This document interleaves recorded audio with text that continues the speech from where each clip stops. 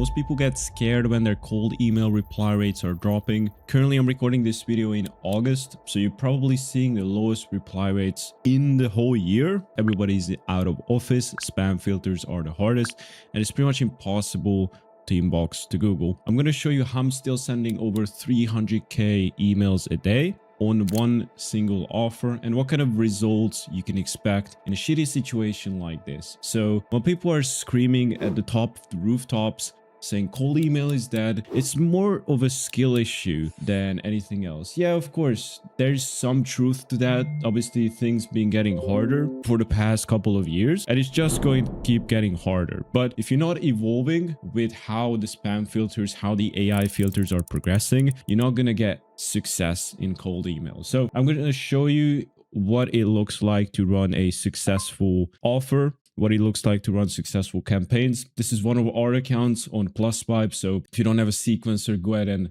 subscribe to PlusVibe. I take no affiliates. So if you just want to get the plan, the discounts, just create an account. It's free. You can talk to the live chat and then just mention that you're from my community or you work with me. And then they're going to give you a nice little discount. Some plan, they give you up to 50% and that's it. In this account, we have almost 35k email accounts. As you can see, there's a little bit of alert with some of those. I'll explain what that is, but I'm just going to show you like a raw, uncut version of what it looks like to run cold email at like a larger scale. So this offer currently we're sending around 150 200k emails a day. At the peak on this offer, we were running 300k 350k emails a day, which is quite nice. So what kind of results can you expect? As you can see, some of the reply rates on these accounts are really good. I'm obviously biased because I'm filtering for the best here. I'm just going to show you some of these are not getting replies, right? But you know, it's sort of like a scale thing, right? So if I come here, reply rate lowest first, these are not getting reply rates. Warm up score lowest first, you can see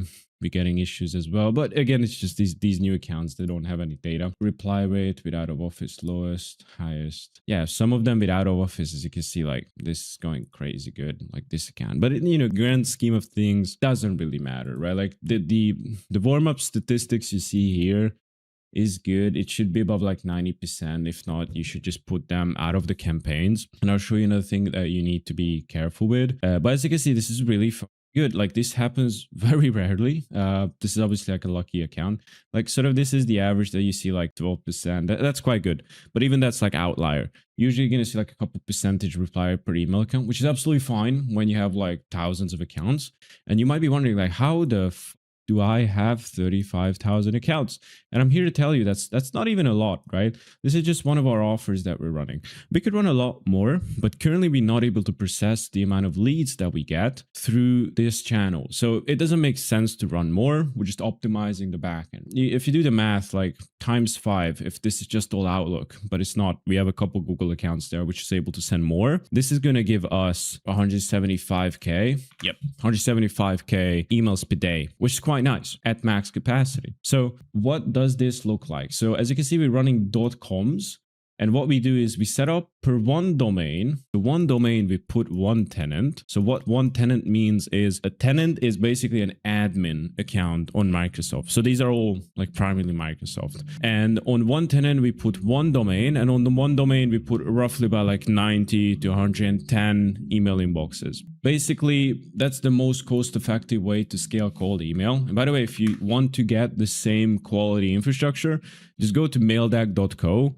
and you can set these up. This is something I run myself. You can join for as low as I think like $60 a month. That's our lowest plan. And we give you one-on-one Slack support if anything goes wrong. But basically you can get for $30, 100 inboxes. So basically 30 cents. The more you buy, obviously, the cheaper it can get. We require, I think, like 2 tenants minimum order currently. You can get Google's as well as SMTP, but currently I think still the best ROI, even the current landscape, is Outlook.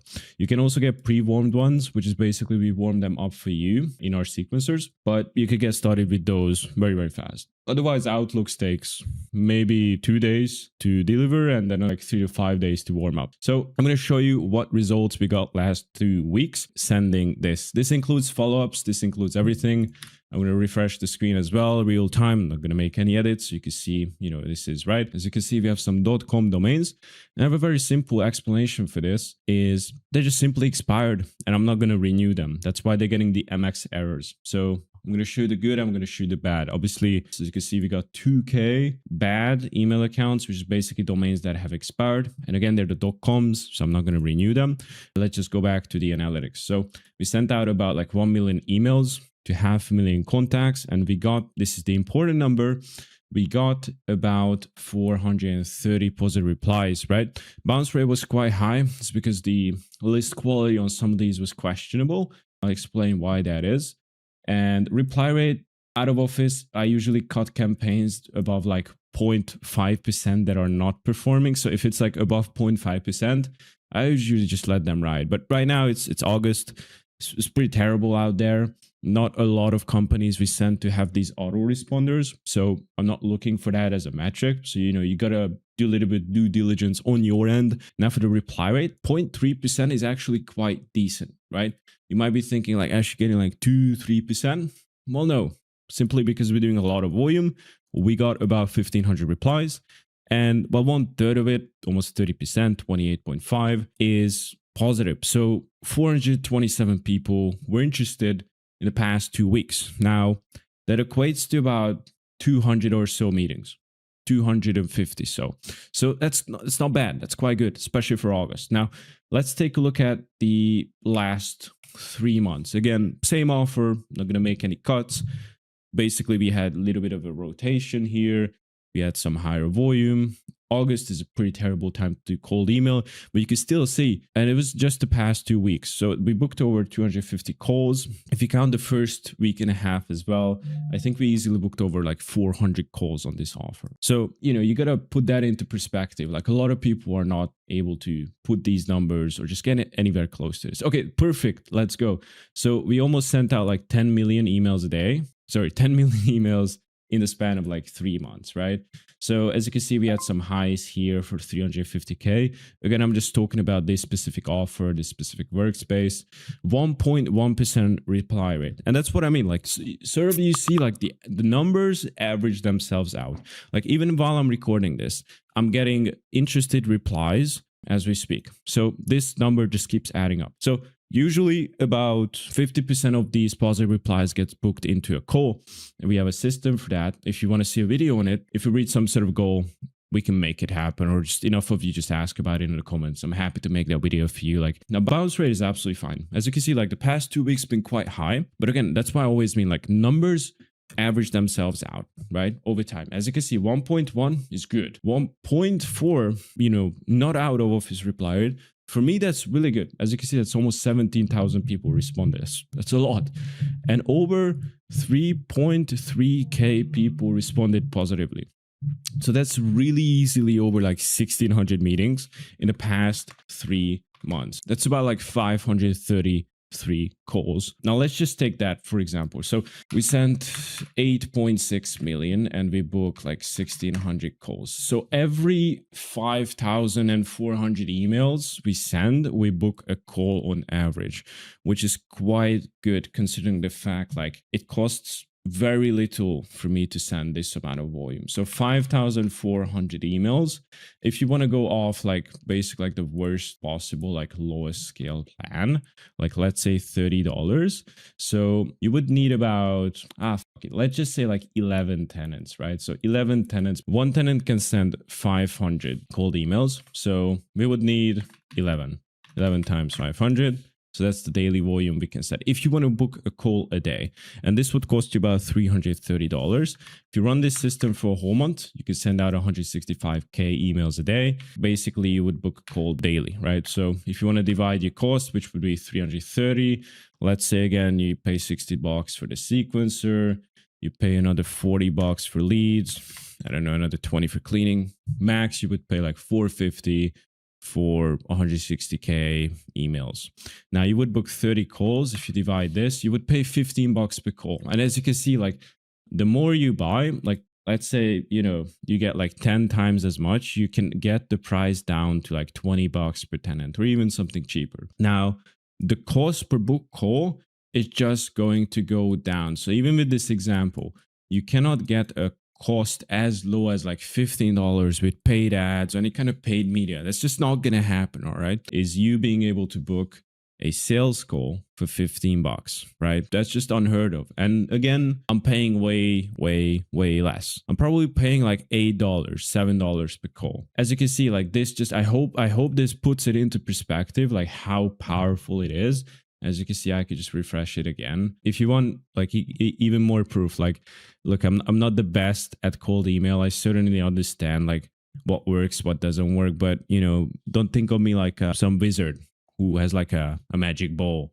I don't know like what campaign is going to perform, like how it's going to perform. I just know like, generally what's been working for our offer. And then just based on that, I make iterations just to make it happen, right? That's just simple as that, right? It's super simple.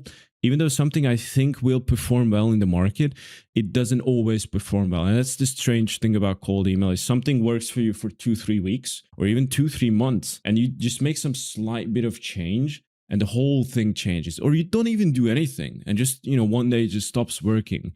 I basically call that the copy fatigue, right? So I just take a look at, for example, the current campaigns we're running. So 0.5%, this is excluding out of office. Let me zoom in for you so you can see better. A lot of people responded, a lot of people sent positive reply rates, and as you can see, it's just basically the same type of campaigns we've been running since June, July. It's absolutely been working fine. Like on this offer, we've been running since like late April, and we sent over like 11 million emails on this specific offer, and we booked over like 2,000 calls. So that's just amazing, right? So if you want to see what the campaigns look like, as you can see, just basic normal leads. I could show you what type of details we have, I'm pretty sure. But yeah, obviously we have a lot of data. So we have email, name, obviously, job title, sometimes helpful, company name, without the weird part like the LTD and stuff. We have the LinkedIn's, we have custom subject line, custom PS line, custom company type, custom, job title. This is basically buyer personas, like the whole first part of the email, personalized opener, what kind of email type it is. Basically, this is what like our email copy looks like. As you can see, custom subject line. I'm going to blur out these two parts because that's our exact offer. I don't want you to copy and paste it. Not just because, it's going to get saturated, but I just want to make sure you find something that works for you. Because if I'm going to give you a copy, and also your offer is probably not going to be the same as mine, right? I just don't want you to blindly copy what I'm doing because it works for me. Because it's probably not going to work for you because you cannot fulfill on what I'm doing. I can guarantee you that 100%. It might work for you temporarily, but I can guarantee if you don't understand what's going on behind the scenes, which I'm going to show you now, you're not going to be able to recreate it. I don't know what's going to happen. I just have some like hunch. I know what works roughly, and then I make adjustments based on the feedback I receive. So that's what you need to learn. But, it's pretty basic, just introductions, you offer, and then if you can include social proof, and then that's it. Just PS line. I like to play around with these, and that's pretty much it, right? It's very simple. The schedules, I like to leave it like a little bit random, right? Nothing crazy, like nothing out of the ordinary. I keep getting pings from interested replies while I'm making this video. I know you don't see it, but it's pretty cool. You might be hearing the Slack notification pop up here and there. As you can see, we had a lot of infrastructure like come and go. This is the one that currently we have right now. Nothing really crazy. Follow up, we just do round robin, 50-50 split. Doesn't really matter. You could copy these changes. I'm not going to explain what everything does. I already did that in many of the videos. Sub sequences, we don't do. Analytics, we already checked. Like one thing is, if I go here to replies, but as you can see, like we're getting like a lot of interested replies. Again, like 30% of it is just like interested. So it's quite nice, even with the volume that we're doing. Obviously, yesterday was Sunday, and currently I'm recording this time like it was like 5 a.m. EST. So there's not going to be a lot of people because we mainly target US. But the real magic happens with the AI automation part.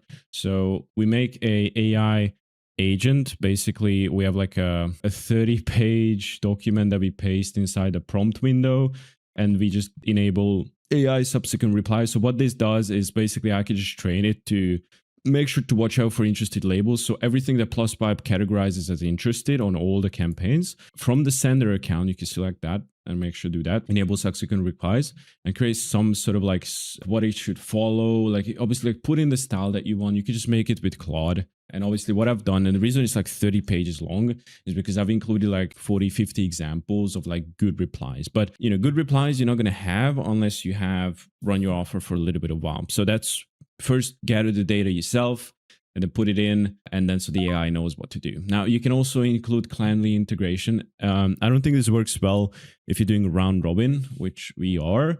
So you can turn this off, you can leave it on. If you have multiple events you would like to book calls to, I would just turn it off. So I recommend to send with a delay like a couple minutes and then just save. Once you've done that, you could change the lead status to replied or something like that. That's just pretty much it. Like, you want to funnel people to booking a call with you or just trying out your SaaS. So currently what I've shown you is our agency.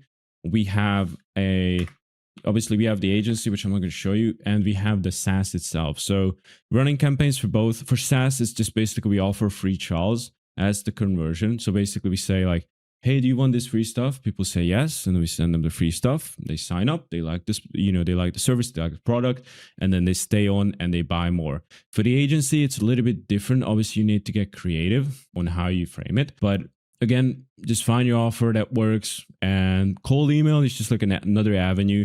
If your offer doesn't work on cold email, it's not going to work on cold calling. It's not going to work on LinkedIn. It's not going to work for paid ads. So hopefully with this video, I was able to give you some insight as to what we do, what we run, and what's realistically you can look for. Plus Vibe is just a great tool for clients, and basically for all our stuff at this point, we're just running that. There's no point to run it on anything else. So hopefully, again, you enjoyed the video. Hopefully you got something out of it, even if you're a little bit more advanced. If you want to understand the systems behind it, make sure to watch this. See ya.